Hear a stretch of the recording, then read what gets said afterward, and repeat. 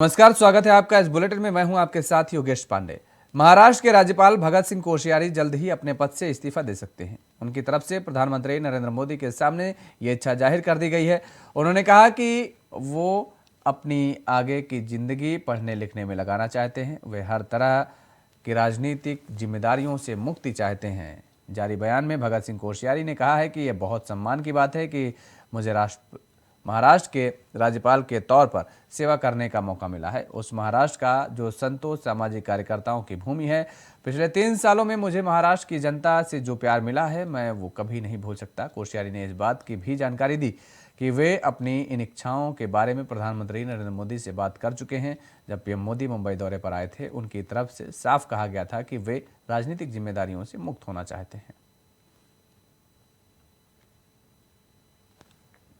और इसी खबर पर ज़्यादा जानकारी के साथ हमारे संवाददाता अभय कैतरा हमारे साथ फोन लाइन पर बने हुए हैं। अभय, अब भगत सिंह कोश्यारी महाराष्ट्र के राज्यपाल से तो मुक्ति चाहते ही हैं, वो दरअसल अब राजनीति से ही संन्यास लेना चाह रहे हैं। बिल्कुल।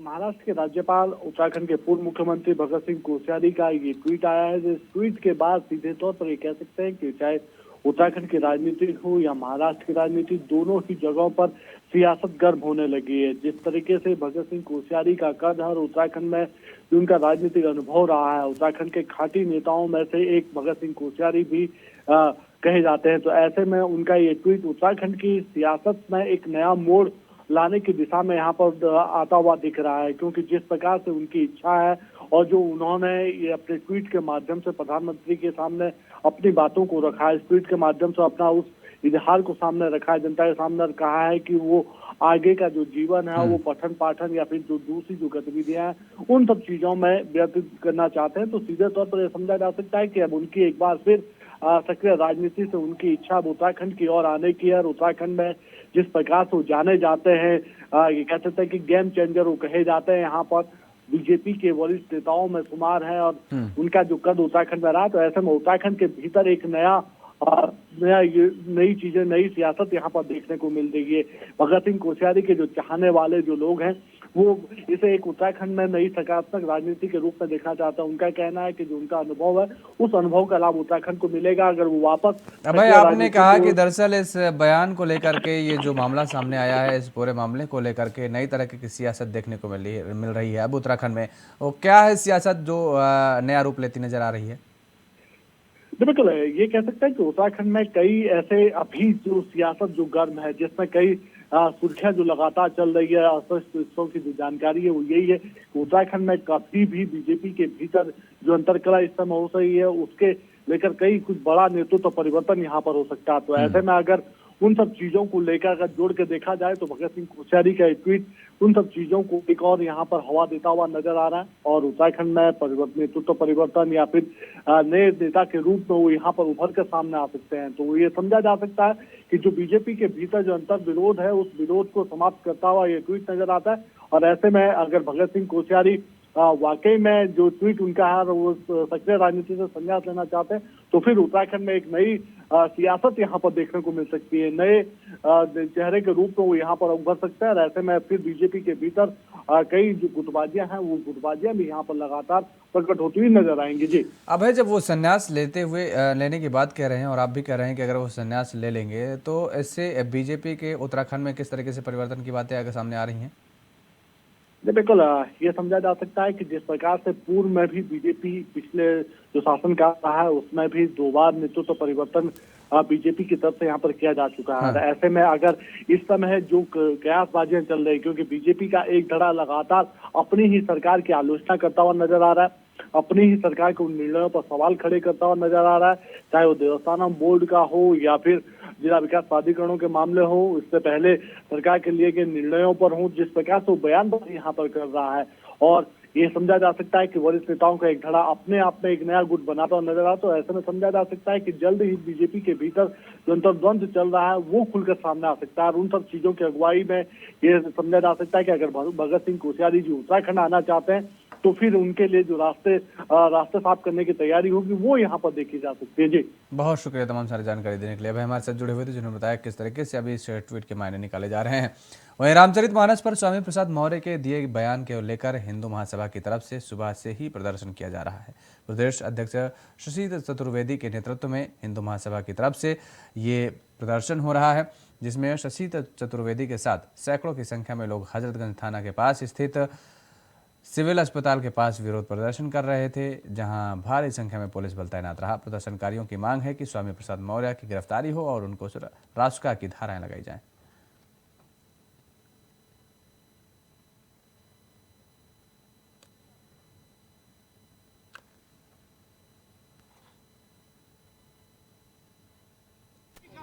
हाथ में नहीं लेना चाहते। हमारा सरकार से निवेदन है कि उनकी गिरफ्तारी हो जाए। हम लोग चंदन वर्मा हमारे संवाददाता हमारे साथ फोन लाइन पर बने हुए हैं ज़्यादा जानकारी के साथ। चंदन, जिस तरीके से स्वामी प्रसाद मौर्य ने ये बयान दिया, बयान के बाद अब किस तरीके की स्थिति बनी हुई बताया जा रहा है? हिंदू महासभा के लोगों ने धरना प्रदर्शन भी किया है।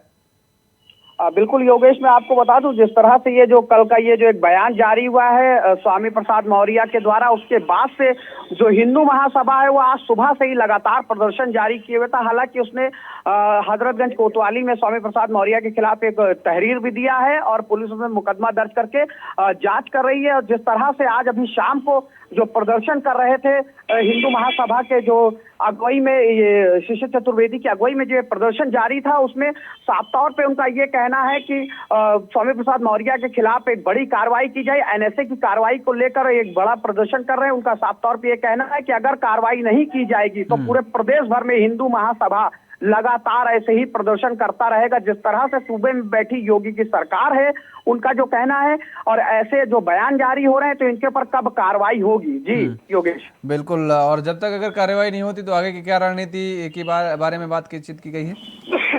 बिल्कुल योगेश, मैं आपको बता दूं, जो हिंदू महासभा के जो प्रदेश अध्यक्ष हैं शशि चतुर्वेदी, इनका साफ तौर पे ये कहना है कि अगर स्वामी प्रसाद मौर्य के खिलाफ अगर कार्रवाई नहीं की जाएगी तो पूरे प्रदेश भर में एक बड़ा आंदोलन करने की हमारी तैयारी है। बिल्कुल, प्रदेश भर में आंदोलन करने की तैयारी कही जा रही है इस दौरान चंदन। लेकिन अगर पुलिस प्रशासन का हम जिक्र करें, समाजवादी पार्टी का जिक्र करें, सरकार का जिक्र करें, किसी की तरफ से कोई कार्रवाई की बात कही जा रही क्या? बिल्कुल, पुलिस जो है मुकदमा दर्ज करके जांच कर रही है। पुलिस का कहना है कि जो भी चीजें होंगी जांच में, जो चीजें सामने निकल के आएंगी उसके बाद ही जो है कार्रवाई की जाएगी। किन किन धाराओं में मुकदमा दर्ज किया गया है? बिल्कुल, 2-3 धाराओं में जो गंभीर धाराएं हैं उनमें मुकदमा इनके खिलाफ दर्ज किया गया है और लगातार पुलिस उसमें जांच में जुटी हुई है। लेकिन हिंदू महासभा लगातार प्रदर्शन कर रहा है। हालांकि पुलिस ने जो है ज्ञापन ले लिया है। पुलिस ने साफ तौर पे ये कहा है कि ये ज्ञापन जो है आगे भेजा जाएगा और आगे इस पे बड़ी कार्रवाई जो है स्वामी प्रसाद मौर्य के खिलाफ की जाएगी। लेकिन जिस तरह से जो राष्ट्रीय अध्यक्ष है समाजवादी पार्टी के, उनका जो साफ तौर पे ये कहना है कि उनका ये अपना ये व्यक्तिगत ये मामला है, पार्टी से ऐसा कोई भी जो है इनके द्वारा ऐसा पार्टी के द्वारा ऐसा कुछ भी नहीं जारी किया गया। लेकिन जो हिंदू महासभा के जो प्रवक्ता हैं उनका साफ तौर पे ये कहना है कि अगर जो ये इनका व्यक्तिगत मामला है तो इनको पार्टी से बाहर निकाल देना चाहिए, समाजवादी पार्टी से। बहुत धन्यवाद तमाम सारी जानकारी देने के लिए चंदन, हमारे साथ जुड़े हुए जिन्होंने बताया किस तरीके से अब ये मामला तोल पकड़ता नजर आ रहा है।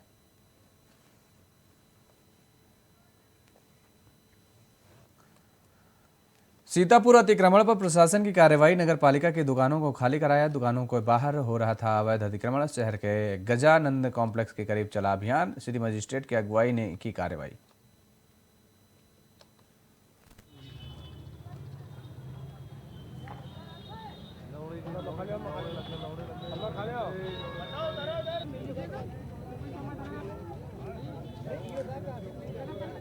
तो गजानंद कॉम्प्लेक्स पर यह कार्रवाई की गई है। आप देख सकते हैं तस्वीरों में कि किस तरीके से ये कार्रवाई की गई है। और सीतापुर से ये खबर सामने आई है। मोहित मिश्रा हमारे संवाददाता हमारे साथ फोन लाइन पर बने हुए हैं। मोहित, क्या कुछ जानकारी है? गजानंद चौराहे पर यह कार्रवाई की गई है। जी मैं बिल्कुल बता दूं, ये पूरा मामला जो है ये शहर कोतवाली क्षेत्र का, जहां पर बीते कई दिन से ये नजूल की जमीन है, वहां पे अवैध कब्जेदार जमे हुए थे जो दुकान अपनी लगाए हुए थे, लैया और इस तरीके की। तो उसी को लेकर कार्रवाई की गई, जिसमें सिटी मजिस्ट्रेट ने आज जाके वहां से कब्जा मुक्त कराया है। जी बिल्कुल, कब्जा मुक्त कराया गया। लेकिन इस दौरान काफी भीड़ भी नजर आई। जी बिल्कुल बता दूं, दुकानदारों का ये कहना था कि हम लोग अपनी दुकान तो हटा लेंगे, लेकिन हम लोगों को कहीं और दुकान लगाने की जगह दे दी जाए तो हम यहाँ से हटा ले, जल्द से जल्द अपना हम ये सब हटा लेंगे। तो सिटी मजिस्ट्रेट के द्वारा आश्वासन भी दिया गया है कि आप लोगों को दूसरी जगह मुहैया कराई जाएगी, लेकिन आप जो सरकार की जमीन है उसको आप कब्जा अपना हटाइए। जी चलिए, बहुत बहुत शुक्रिया तमाम सारी जानकारी देने के लिए। कानपुर नगर निगम सदन का कार्यकाल का 24 जनवरी को खत्म हो गया है। अब नगर निगम का कार्य कानपुर जिला अधिकारी देखेंगे। आपको बता दें कि नगर निगम सदन की पहली बैठक 23 जनवरी 2018 को हुई थी। इसके आधार पर नगर निगम सदन के 23 जनवरी 2023 को 5 साल पूरे हो गए थे। इसके साथ ही महापौर प्रमिला पांडे और सभी 110 पार्षदों का कार्यकाल सोमवार को खत्म हो गया। मेरा कार्यकाल पूरा हो गया था। आज हमने अपने सफाई योद्धाओं को बुलाया, उनका मैंने टीका किया, उनकी मैंने आरती उतारी, क्योंकि पूरे 5 साल में कभी इन्होंने हड़ताल नहीं किया। स्वागत इसलिए किया कि कोरोना जैसे महामारी में लोग अपने घर की सफाई नहीं करते थे, ये पूरा शहर की सफाई किया, जिससे कि लोगों में मेरे को बताया कि वहाँ की जो महापौर हैं उनके जितने सफाई योद्धा हैं वो कोरोना में भी सब काम कर रहे हैं। तो उनसे मेरा अगर मान बढ़ा, उन्होंने मेरा इतना मान बढ़ाया कि मैं उनका अगर चरण धोऊं तो भी कम। बहराइच के नानपारा और एसओजी की संयुक्त टीम ने हरियाणा के रहने वाले एक आरोपी को पकड़ा है। वह बहराइच में ट्रांसपोर्टरों का सामान फर्जी तरीके से लाद कर उसकी बिक्री कर देता था। पुलिस ने फर्जी नंबर प्लेट, नकदी और ट्रक को सीज कर दिया है, जबकि फरार अन्य 3 लोगों की तलाश पुलिस कर रही है।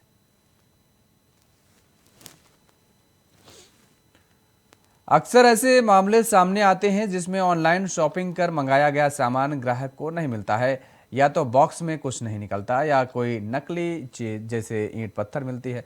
ऐसे ही एक डिलीवरी बॉय को मिर्जापुर पुलिस ने गिरफ्तार किया है। वह मंगाए गए मोबाइल और अन्य महंगे सामान को बड़ी चालाकी से बॉक्स से निकालकर उसमें नकली चीजें डाल देता था, फिर पार्सल को वापस ब्रांच के रिजेक्ट हब में जमा कर देता था। पुलिस ने उसके पास से कीमती मोबाइल और अन्य सामान बरामद किया है। सोमवार को मामले का खुलासा एसपी संतोष मिश्रा ने किया।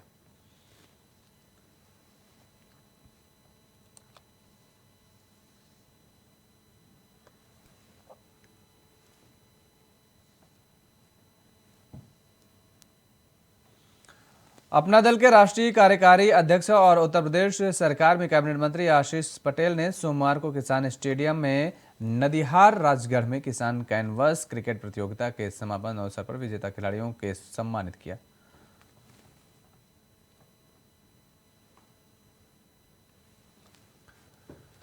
यूपी के बदायूं के दातागंज थाना और कस्बे के मोहल्ले अरेला के पुलिया पर उस समय हड़कंप मच गया जब अनियंत्रित ट्रैक्टर ने 11 वर्षीय बच्चे को रौंद डाला, जिसकी उस दौरान मौके पर ही मौत हो गई, जिस कारण गुस्साए परिजनों ने शव को रोड पर रखकर जाम लगा दिया।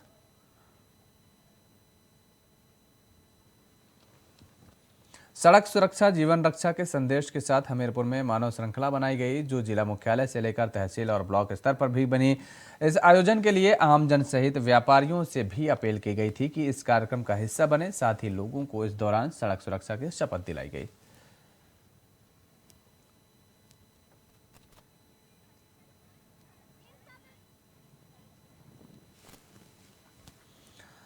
हमीरपुर के राठ विकास खंड में विकास कार्य में लापरवाही बरतने पर डीएम के आदेश पर सचिव को जिला पंचायत राज अधिकारी ने सस्पेंड कर दिया है। बता दें कि आरोप सिद्ध होने पर सचिव पर कार्रवाई हुई है।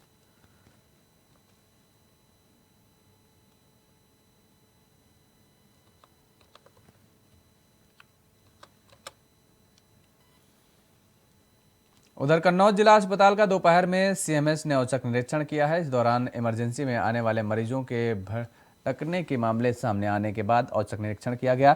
सीएमएस ने हादसे में घायल होकर आने वाले मरीजों को भटकने से बचाने और ट्रॉमा सेंटर भेजने के लिए एक कर्मचारी को भी तैनात किया। मिर्जापुर में थाना अहरौरा पुलिस ने जंगल के रास्ते क्रूरतापूर्वक हत्या के लिए ले जा रहे 134 गोवंश बरामद किए हैं। वहीं इस मौके पर 4 गो तस्कर भी गिरफ्तार किए गए हैं।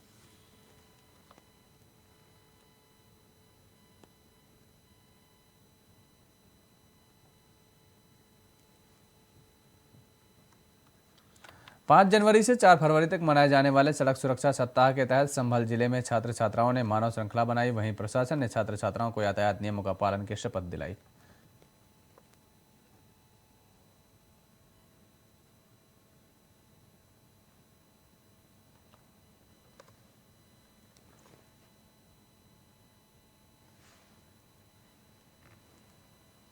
मुरादाबाद से खबर है, जहां पर मुरादाबाद के मझौला थाना क्षेत्र स्थित नेकी की दीवार के लिए बने कपड़ों के गोदाम में भीषण आग लग गई।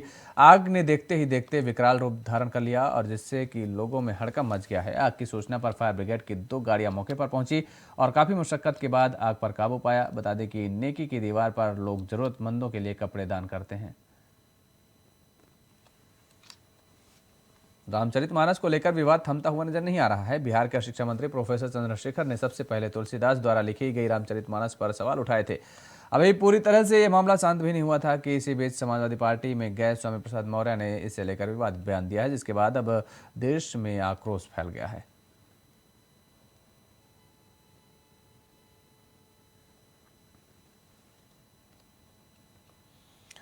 और आपको बता दें कि बदायूं में गृह क्लेश से तंग आकर विवाहिता ने फांसी के फंदे पर लटक कर जान दी है। सूचना के बाद मौके पर पहुंचे मायके पक्ष के लोगों ने ससुराल पक्ष पर आरोप लगाते हुए कहा है कि यह आत्महत्या नहीं है, दहेज के लिए हमारी बेटी की हत्या की गई है। वहीं मौके पर पहुंचे पुलिस ने शव को फांसी के फंदे से नीचे उतारा और पंचनामा भर पोस्टमार्टम को भेज दिया है।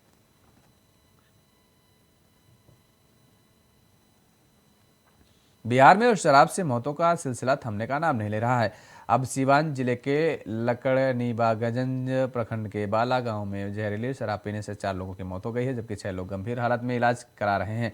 मृतकों में नरेश राउत और जनक देवराम शामिल हैं। इस मामले में इलाजरत धुरन राम ने शराब पीने की बात स्वीकार की है। हालांकि इस मामले में अभी तक पुलिस और जिला प्रशासन की तरफ से आधिकारिक पुष्टि नहीं की गई है।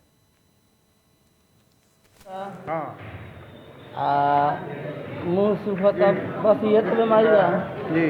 बस ये काहे बगे सगा पी गए? हाँ हाँ दारू तो पी रहे ऑयल बाजे मुंह सुखता हाँ मुंह सुखता बस ये तो बीमारी बा जी। बस ये काहे बगे सगा पी गए? हाँ हाँ दारू तो पी रहे सर एक इन्फॉर्मेशन नहीं है, डॉक्टर साहब जांच करने के बाद करेंगे। कितने लोगों की सर मौत कितने लोगों की है? अभी तक ये एक ब्रॉड डेट लाया गया है जी, बाकी का इलाज चल रहा है। कितने लोग का इलाज चल रहा है सर अभी अंदर? अभी जो है अंदर 5 लोगों का चल रहा है इलाज। कितने लोगों को लाने की सूचना मिली है सर अभी तक? अभी सिर्फ हमारे पास है 5 अंदर इलाज। सर घटना कहाँ की है? मतलब सर ये कारण क्या है सर अभी तक आ रहा है? कारण अभी नहीं पता चला है, डॉक्टर साहब जांच शराब की बात आ रही है पता चलेगा। नोएडा पुलिस ने एक ऐसे गिरोह का भंडाफोड़ किया है जो लोगों को लिफ्ट देने के बहाने पहले तो उन्हें कार में बैठाते और फिर उनसे लूटपाट करते थे। अगर लिफ्ट मांगने वाले शख्स के पास पैसे नहीं होते तो फिर आरोपी उन्हें किडनैप कर घर वालों से फिरौती की रकम मांगते थे। पुलिस ने एनकाउंटर के बाद इन आरोपियों के चंगुल से एक ऐसे ही युवक को छुड़ाया है। पुलिस से मुठभेड़ में 3 बदमाश गोली लगने से घायल हो गए हैं।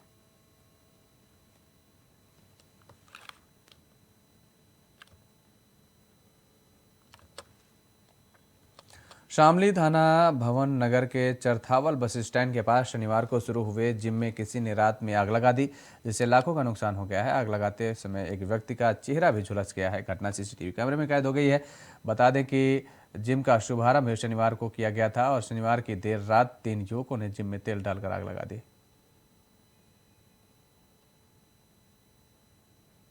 सीतापुर तंबौर थाना क्षेत्र के रामपुरवा गांव में खेत पर काम कर रहे 2 लोगों के बाघ ने हमला कर दिया है। हमले में दोनों लोग गंभीर रूप से घायल हो गए हैं। वहीं ग्रामीणों ने धारदार हथियार से बाघ पर हमला कर दोनों के युवकों को बचाया है।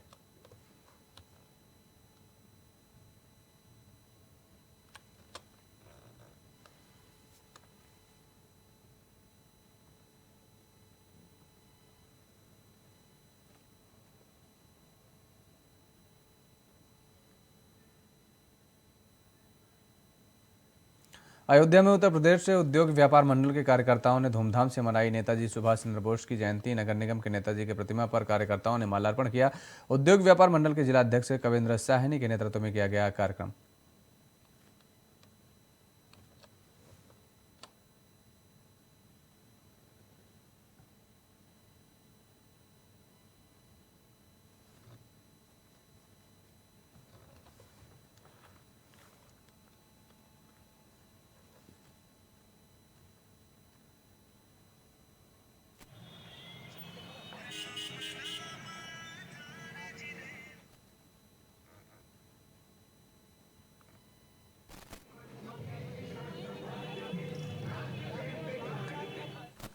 जौनपुर में वीर बहादुर सिंह पूर्वांचल विश्वविद्यालय में नेताजी सुभाष चंद्र बोस की जयंती के अवसर पर प्रतिमा पर कुलपति प्रोफेसर निर्मल एस मौर्य ने पुष्प अर्पित कर उन्हें नमन किया है। विद्यार्थियों को संबोधित करते हुए उन्होंने कहा कि विद्यार्थी नेताजी के विचारों को आत्मसात करें। इसके साथ ही उन्होंने कहा है कि देश की आज़ादी में नेताजी के अप्रतिम योगदान को भुलाया नहीं जा सकता है। हाथ पकड़ के बनती है और थोड़ा डिस्टेंस। उनकी जन्म जयंती है तो हमारे विश्वविद्यालय के विद्यार्थीगण, हमारे प्रशासनिक अधिकारीगण और हमारे कर्मचारीगण, हमारे सभी शिक्षकगण, सभी ने उनकी प्रतिमा पर जाकर माल्यार्पण किया और उन्हें नमन किया। उनके जो विचार हैं वो बहुत अच्छे विचार हैं। उन्होंने कहा था कि जो सैनिक होते हैं वो केवल सैनिक ही नहीं होते बल्कि सेना में जो उनकी ट्रेनिंग दी जाती है उसके साथ साथ अध्यात्म में भी उनका एक विशेष उनकी। उत्तर प्रदेश के मुख्यमंत्री योगी आदित्यनाथ से सोमवार को उनके सरकारी आवास पर भारत में जर्मनी के राजदूत फिलिप एकरमैन ने शिष्टाचार भेंट की। इस अवसर पर भारत और जर्मनी के बीच मजबूत आर्थिक संबंधों की चर्चा करते हुए उत्तर प्रदेश में औद्योगिक निवेश को लेकर के सार्थक विचार विमर्श हुआ।